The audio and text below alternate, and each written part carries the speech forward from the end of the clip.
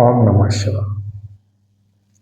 ମୁଁ ଜ୍ୟୋତିର୍ବିଦ ଓ ଶିବ ସାଧକ ପ୍ରଫେସର ରୁଦ୍ରପ୍ରସନ୍ନ ମହାପାତ୍ର ଆପଣଙ୍କ ନିକଟରେ ଆଜି ଉପସ୍ଥାପନା କରିବି ବଟୁକ ଭୈରବଙ୍କର ମହତ୍ତ୍ୱ। ଭୈରବ ବର୍ତ୍ତମାନ ଫୁଲ୍ ସ୍ପିଡ଼ରେ ଫୁଲ୍ ମାର୍କେଟରେ ଯୁବପିଢ଼ି ଠାରୁ ଆରମ୍ଭ କରି ମଧ୍ୟବର୍ତ୍ତୀ ଶ୍ରେଣୀୟ ଲୋକ ଏବଂ ବୁଢ଼ାବୁଢ଼ୀ ପର୍ଯ୍ୟନ୍ତ ସମସ୍ତେ ଭୈରବଙ୍କ ପଛରେ ଗୋଡ଼ିଛନ୍ତି ଏହି ଆଶାରେ କି ସେମାନେ ଯାହା ଚାହୁଁଛନ୍ତି ଭୈରବ ତାକୁ ପୂରଣ କରିଦେବେ। ଭୈରବ କ'ଣ, ତାଙ୍କ ତତ୍ତ୍ୱ କ'ଣ, ତା ଭିତରେ ମୁଁ ଗୋଟେ ଭିଡ଼ିଓ କରିଛି, ଆଗକୁ ଆହୁରି ବହୁତ ଭିଡ଼ିଓ କରିବି। ବାରମ୍ବାର କହି ରଖିଛି, ଏବେ ବି କହୁଛି, ଭୈରବ ହେଲେ ଆପଣଙ୍କର ସେଇ ତତ୍ତ୍ୱ ଯିଏକି ଆପଣଙ୍କ ଜୀବନର କର୍ମ ଗୁଡ଼ାକୁ ବହୁତ ଶୀଘ୍ର ସାରିଦେବେ ଏବଂ ଆପଣଙ୍କୁ ମୋକ୍ଷ ଆଡ଼କୁ ଆଗେଇ ନେବେ। ସେ ଆପଣଙ୍କର ଗୋଟେ କାମ୍ୟ ଉପାସନା ବି ହେଇଥିବ, ମୋର ଏଇଟା ଦରକାର ଦେଇଦେବେ, ତାପରେ ଆଉ କିଛି ଦରକାର ତାକୁ ଦେଇଦେବେ, ତାପରେ ଆପଣ ସାଙ୍ଗେ ସାଙ୍ଗେ କହିବେ ନାହିଁ ମୁଁ ବହୁତ ହେଇଗଲା, ଏବେ ମୁଁ ଯିବି ଅନ୍ୟତାକୁ। ଯେଉଁ ସେ ବହୁତ ହେଇଗଲାଟା ଆମ ମଣିଷ କ୍ଷେତ୍ରରେ ପ୍ରାୟ ମୁଁ ଦେଖେ ନା, ସେମାନେ ମାଗି ଚାଲନ୍ତି, ଭାବି ନିଅନ୍ତି ଯେ କାମ ହେଲା ଭୈରବଙ୍କର ଏଇଆ ନାହିଁ। ଭୈରବ ତତ୍ତ୍ୱର କାମ ହେଲା ମୁଖ୍ୟତଃ ଯାହା ଅଭିନବ ଗୁପ୍ତ କୁହନ୍ତି ତନ୍ତ୍ର ଲୋକରେ ଯେ ଆମର ଏମିତି ଆମ ପାଇଁ ସିଚୁଏସନ୍ ସେ ତିଆରି କରିଦେବେ ଯେ ଆମେ ମୋକ୍ଷ ଆଡ଼କୁ ପଳାଇବା ଏବଂ ଖାଲି ଭୈରବରେ ଆପଣ କିଛି ଜିନିଷ ଦେଇଦେବେ ନୁହେଁ, ଭୈରବ କିଛି ଜିନିଷ ନେଇ ବି ଯାଆନ୍ତି ବହୁତ। ଯେଉଁ ଜିନିଷ ଗୁଡ଼ା ଆପଣଙ୍କର ମାୟା ସହିତ ସଂଶ୍ଳିଷ୍ଟ କରିକି ରଖିଥିବ ସେ ନେଇଯିବେ। ଆସିବା ବଟୁକ ଭୈରବଙ୍କ ଉପରକୁ। ନାଁ ହେଲା ବଟୁକ, ଛୋଟ ପିଲା, ଶିବଙ୍କର ବଢ଼ିଆ ବଟୁକ ରୂପ, ପିଲାଙ୍କୁ ବହୁତ ଭଲ ଲାଗିଲା, ମାନେ ପୂଜା କରିବା ଆରମ୍ଭ କଲେ। ବଟୁକ ଭୈରବଙ୍କୁ ଗୋଟେ ସ୍ଥୂଳ ଅର୍ଥରେ ନ ନେଇକି ତାଙ୍କ ସୂକ୍ଷ୍ମ ଅର୍ଥଟା ବୁଝନ୍ତୁ। ଉପାସନା ଯେଉଁଠି ବହୁତ ସରଳ, ଯେଉଁଠି ଉପାସନାରେ କିଛି ଭୁଲ ଭାଲ ହେଲେ ଚଳିବ, ଯେମିତି ଗୋଟେ ଛୋଟ ପିଲାର ଭୁଲ ଆମେ ମାନେ ଦେଖୁନା, ସେଇ ଭୈରବ ଉପାସନାଟା ହେଲା ବଟୁକ। ଯେଉଁ ଜାଗାରେ ଉପାସନା ବହୁତ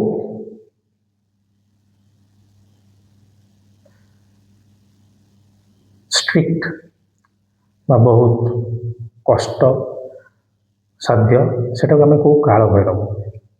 ଉପାସନା କିନ୍ତୁ ସମାନ। ତେଣୁ ଯେଉଁମାନେ ପ୍ରଥମେ ଭୈରବଙ୍କ ବିଷୟରେ କିଛି ଜାଣିନାହାନ୍ତି, ଭୈରବଙ୍କର ମନ୍ତ୍ର ଜପ କରିନାହାନ୍ତି, ସେମାନେ ବଟୁକ ଭୈରବଙ୍କୁ ପୂଜା କରିପାରିବେ। ଯେଉଁଠିକି ପୂଜା ଅର୍ଚ୍ଚନାରେ କିଛି ଭୁଲ ଭାଲ ହେଲେ ସବୁ ଚଳିବ। ଆପଣ ସୋରିଷ ତେଲ ନ ଦେଇକି ରାଶି ତେଲ ଦେଲେ ଚଳିବ। ଆପଣ ଗୋଟେ ମନ୍ତ୍ରଟାକୁ 108 ଥର ପଢ଼ୁ ତାକୁ 100 ଥର ପଢ଼ିକି ଛାଡ଼ିଦେଲେ ସେ ବି ଚଳିବ। ଅର୍ଥାତ୍ ଆମେ ଭୈରବ ସାଧନା ପାଇଁ ଗୋଟେ ଲୋକକୁ ଆରମ୍ଭ ଯେତେବେଳେ କରୁ ତାକୁ ଯେଉଁ ବଟୁକ ଭୈରବ ସାଧନା କରେ। ଏବଂ ବଟୁକ ଭୈରବ ଫଟୋଟା ବି ଗୋଟେ ଏତେ ଭଲ, ଗୋଟେ ଲୋକ ଦେଖିଲେ ସେ ଡରିବନି। ଆପଣ କେବେ ମହାକାଳ ଭୈରବ ଅଷ୍ଟକମଟା ଶୁଣନ୍ତୁ, ଆପଣ ଖାଲି ପରିକଳ୍ପନା କରିବେ, ମୋତେ ଲାଗୁଛି ମୋତେ ମାନେ ଠିକ୍ କରି ପରିକଳ୍ପନା କରିପାରିଲେ ଆପଣ ପରିସ୍ରା ହେଇଯିବ ଏକାଥରେ, ଏତେ ବିକରାଳ ରୂପ ଭୈରବଙ୍କର କରାହେଇଛି।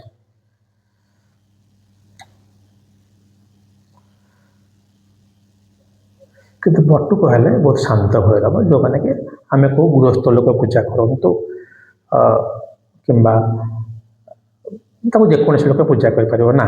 ଯଦି ଆପଣଙ୍କ ଭିତରେ ମୋକ୍ଷ ପ୍ରତି କୌଣସି ପ୍ରକାର ଶ୍ରଦ୍ଧା ନାହିଁ କିମ୍ବା ଆପଣଙ୍କ ଭିତରେ ଶିବ ଭୈରବ କିମ୍ବା ସନାତନ ପ୍ରତି କୌଣସି ଆସ୍ଥା ନାହିଁ, ଦୟାକରି କୌଣସି ଦେବାଦେବୀଙ୍କୁ ମୋ ଭଳିଆ ମୂର୍ଖଙ୍କ କଥାରେ ପଢ଼ି ପୂଜା କରନ୍ତୁ ନାହିଁ। ଆପଣଙ୍କ ଭିତରେ ଯଦି ସେଇ ମୋକ୍ଷଗାମୀ ହେବାର ଅଛି ଆପଣ ପୂଜା କରନ୍ତୁ। ଆଜି ନହେଲେ କାଲି ସେଇଠି ଭୈରବ ନେଇ ଆପଣଙ୍କୁ ପହଞ୍ଚାଇବେ। ସେ ବଟୁକ ଉପାସନା ବି ହେଉ କିମ୍ବା କାଳ ଭୈରବ ଉପାସନା ହେଉ, ଆପଣଙ୍କୁ ସେ ନେଇ ମୋକ୍ଷ ମାର୍ଗରେ ହିଁ ଠିଆ କରିବେ। ମୋର ଏଇ ଅସୁବିଧା ଥିଲା, ସବୁ ଠିକ୍ଠାକ୍ ହେଇଗଲା, ପୁଣି ତାପରେ ନେକ୍ସଟ ପୁଣି ଠିକ୍ଠାକ୍ ହେଇଯିବ, ତାପରେ ନେକ୍ସଟ, ତାପରେ ପୁଣି ଠିକ୍ଠାକ୍ ହେଇଯିବ, ତାପରେ ନେକ୍ସଟ। ଆପଣ ବାଧ୍ୟ ହେଇ କହିବେ ବହୁତ ହେଇଗଲା ପ୍ରଭୁ, ଏବେ ମୁଁ ଯାଉଛି ଆପଣଙ୍କ ଶରଣକୁ, ଆପଣଙ୍କ ସାଙ୍ଗରେ ମିଶିବି। ତ ବଟୁକ ଭୈରବ, ଆପଣ ଖାଲି ଗୋଟେ ବଟୁକ ଭୈରବଙ୍କର ଫଟୋ ରଖିକି ତାଙ୍କର ପୂଜା ଉପାସନା କରିବା, ମନ୍ତ୍ର ଜପିବା ଜପି ପାରନ୍ତି, ମାତ୍ର ସେଇ ଗୋଟିଏ ଅର୍ଥ ଆପଣଙ୍କୁ ମୋକ୍ଷଗାମୀ ହେବାର ଅଛି।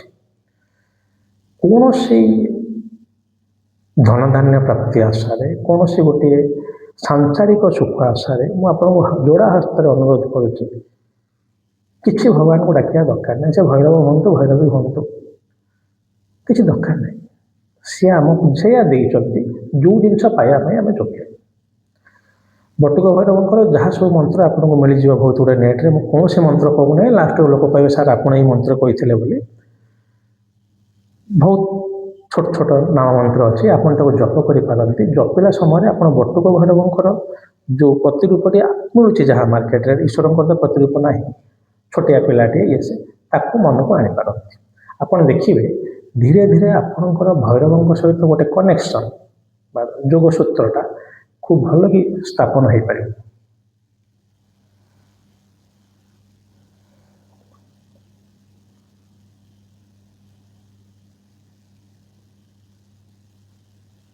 तो बटुक भैरार उपासना है आपड़ जो प्रथम उपासना आरंभ कर भैरवंकर दयाक बटुक भैरव उपासनार जो पद्धति से आगू नियंतु किसी सेमती शास्त्रीय ना जहाँ मुझे कहली से देवतांकर आप जेकोसी देवतांकर स्तुति कला समय तांकर मंत्रटी आप जानिथार अच्छे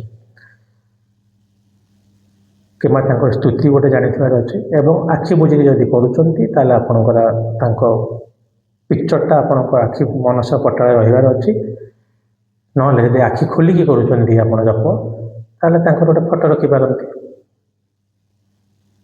मात्र आपण प्रस्तुत होकर रे भैरव आपन को सही मोक्ष दिग को नहीं जाए जोटि जावाई आम सनातन सब आमको कही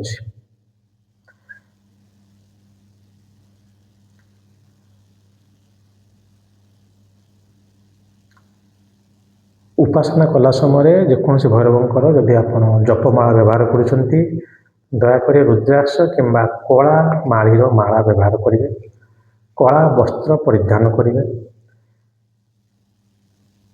जो द्वारा कि आपणकर उपासनार पद्धतिटा टी शीघ्र हम एवं भैरव उपासना साधारणतः रात्रि हुए जदि आप सर आप राति कहते अमेरिकार दिन तो से संदर्भ को जीवानी साधारणतः आपण स्थान में जो रात्रि होगला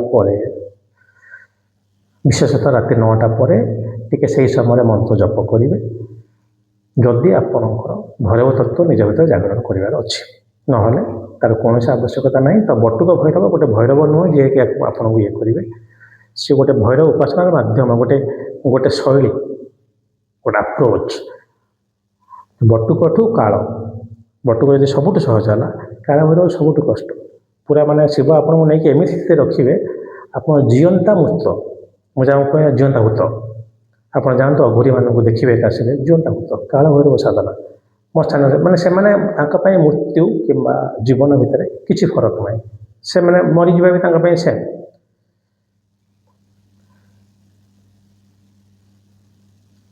तेबे बटुक भैरव को उपासना करंतु यदि मोक्षकामी हवाक चाहते निश्चित रूपे सी आपको से जगह आगे देवे तेज चलतु से बटुक भैरवंकर शरणारविंद आप समस्त सद्गति कामना करी आज मोर रही ओम नमः शिवाय।